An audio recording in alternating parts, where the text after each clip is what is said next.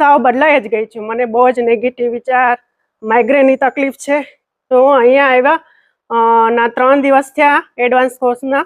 એમાં મેં સવાર સાંજની મારી મેડિસિન છે પણ મેં લીધી જ નથી, પણ તો બી મને બહુ જ સારું લાગે છે અને માઇગ્રેન મટી ગયું હોય એવું લાગે છે.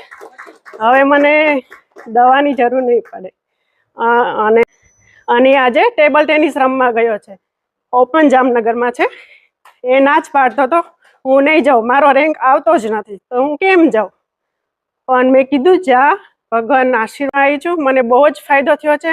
મારા બોડીમાં બી બહુ જ મને સારું લાગે છે. અને એ પહેલી મેચ જીતો છે અત્યારે. એ જીતતો નથી, હું નહીં જાઉં. પણ મારા અહીંયા આવવાથી એડવાન્સ કોર્સમાં બધા ના આશીર્વાદથી એ પહેલી મેચ જીતી ગયો છે. તો હવે આગળ જશે એવો મને લાગે છે. जय गुरुदेव। मेरा एक्सपीरियंस तो बहुत अच्छा रहा। मैंने काफी टाइम, मैंने 5-6 एडवांस कोर्स किए हैं पहले। yes. और एक ऑनलाइन पे कोरोना के टाइम किया था। yes.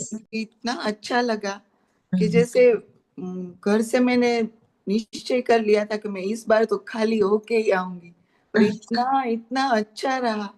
और मैम आपके साथ जो किया, इसलिए आपके वाइब्रेशंस इतने अच्छे थे, तो हमें भी इतना अच्छा लगा कि बस हम अंदर से ऐसा होता कि दूसरी बार कभी मिस ना करें।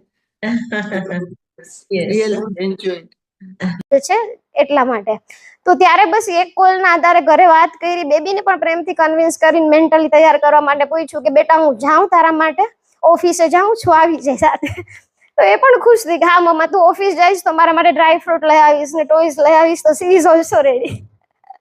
બસ આ રીતે નીકળી ગયા, અહીંયા આવી ગઈ ને ખૂબ મજા આવી. ખરેખર ફ્યુચરમાં તો ખબર નહીં, પણ અત્યારે નિકિતા દીદી સાથે જે કોર્સ કર્યો એ ખૂબ જ મજા આવી. ઘણું બધું શીખવા મળ્યું છે, મેન્ટલી પીસ પણ ગેઇન કરી છે. મેજર પરમ દિવસે જ્યારે સમજાવતા હતા ત્યારે તો સાયલેન્સ હતા એટલે હું બોલી શકતી નથી.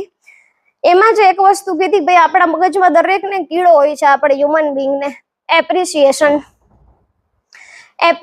લેવા માટે આપણે કેટલા આતુર રહે. ફોર એક્ઝામ્પલ સોશિયલ મીડિયા, એના માટે આપણે શું કામ બધું પોસ્ટિંગ કરતા હોય કે ભાઈ આપણે લાઇક્સ મળે, કમેન્ટ્સ મળે, જોઈને ખુશ થાય સ્ક્રોલિંગ કરીને કે આ આટલું બધું મળ્યું આપણને.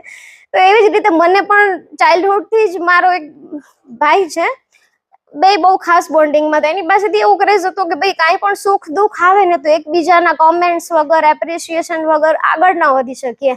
ગમે નહીં, મીન્સ કે કંઈક ખાલી પણ લાગે લાઈફમાં, એમ થાય કે આ ખુશી પણ અધૂરી છે, આ દુઃખ પણ અધૂરું છે. પણ હવે કેવું થાય, જેમ આપણે ગ્રો કરીએ એમ બધા પોતપોતાની લાઈફમાં બિઝી થતી જાય. બિઝનેસ છે, એના કિડ્સ છે, વાઇફ છે, XYZ રીઝનથી. તો હવે કેવું થાય કે આપણને એપ્રિશિએટ કરવા માટે બધા એઝ ઇટ ઇઝ પહેલાની જેમ અવેલેબલ ના હોય. તો આપણને આપણો એ ખાલીપો હોય ને ઘણી વાર આપણું દુઃખ પણ ઓછું કરી નાખે ને સુખને પણ ઝાંખું કરી નાખે.